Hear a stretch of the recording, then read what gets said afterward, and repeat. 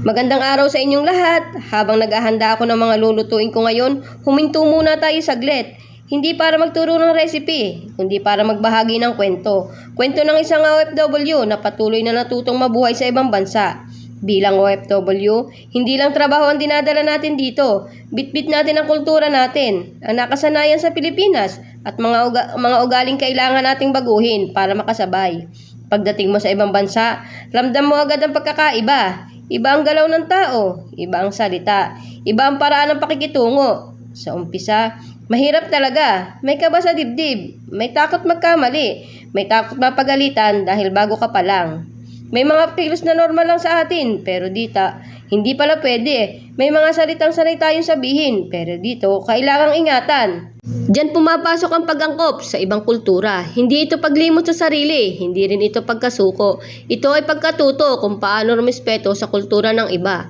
May mga araw na tahimik ka lang, walang post, walang kwento. Hindi dahil wala kang pakialam, kundi dahil pagod ka, pisikal at emosyonal. Habang naghahanda ako ng lulutuin ko ngayon, ganito rin ang buhay ng OFW. Dahan-dahan, paulit-ulit, pero kailangan mong tapusin kahit pagod ka na. Natuto tayong gumising ng mas maaga, matutong sumunod sa oras nila, matutong magtimpi kahit minsan mabigat na ang pakiramdam. May mga araw na pakiramdam mo parang wala kang boses, sumusunod ka na lang, tahimik ka na lang, kasi kailangan mong mag-ingat sa bawat galaw.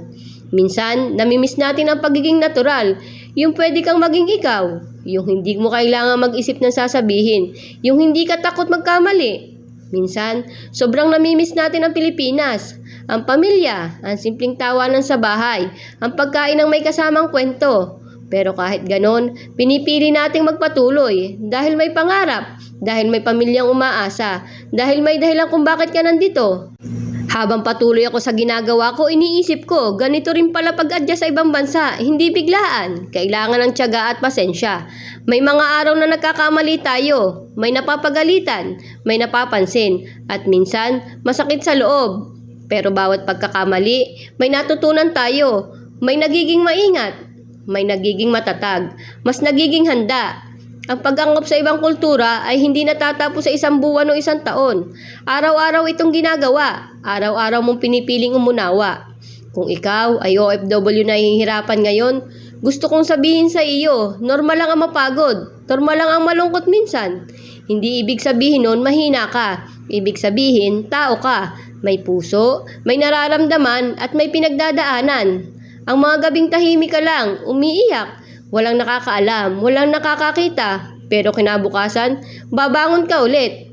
Babangon para magtrabaho, para magpadala, para magtiis ulit. Dahil hindi pwedeng sumuko. Ang bawat araw na lumilipas, unti-unti kang nagbabago. Hindi dahil gusto mo, kundi dahil kailangan. Mas nagiging mahinahon ka, mas nagiging mapangunawa, mas natututo kang makisama kahit minsan labag sa loob. May mga pagkakataong tinatanong mo yung sarili mo, hanggang kailan ko kaya ito kakayanin? Tahimik lang yung tanong, pero sobrang bigat ng sagot.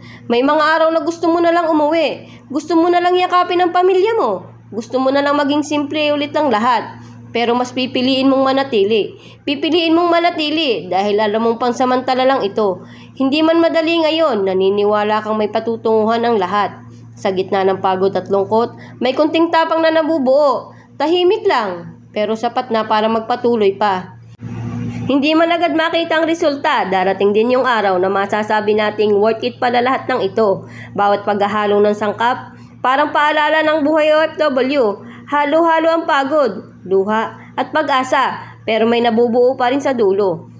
Sa gitna ng pagod at lungkot, may kunting tapang na nabubuo. Tahimik lang, pero sapat na para pagpatuloy ka. Sa bawat apoy na kumukulo sa kalan, parang puso ng OFW. Minsan, sobrang init, pero kailangan para tumibay. At kapag naluto na ang lahat, doon mo mararamdaman ang saya. Hindi dahil madali, kundi dahil kinaya. Habang tinatapos ko ang pagluluto ngayon para sa lahat ng OFW, patuloy lang, mag-adjust man tayo araw-araw. Huwag nating kalimutan kung bakit tayo nagsimula. At kung hanggang dito ay nakikinig ka pa rin, salamat sa oras mo. Ibig sabihin, may pinagdadaanan ka rin at gusto kong malaman mo. Valid ang pagod mo. Valid ang nararamdaman mo. Sa bawat OFW na tahimik lang lumalaban, sa bawat araw na pinipiling mag-adjust, may kwento ang lahat ng ginagawa mo. Hindi man ngayon, darating ang mga araw na maintindihan mo lahat kung gaano ka naging katatag. Hanggang sa mga susunod nating kwento, at salamat sa pakikinig.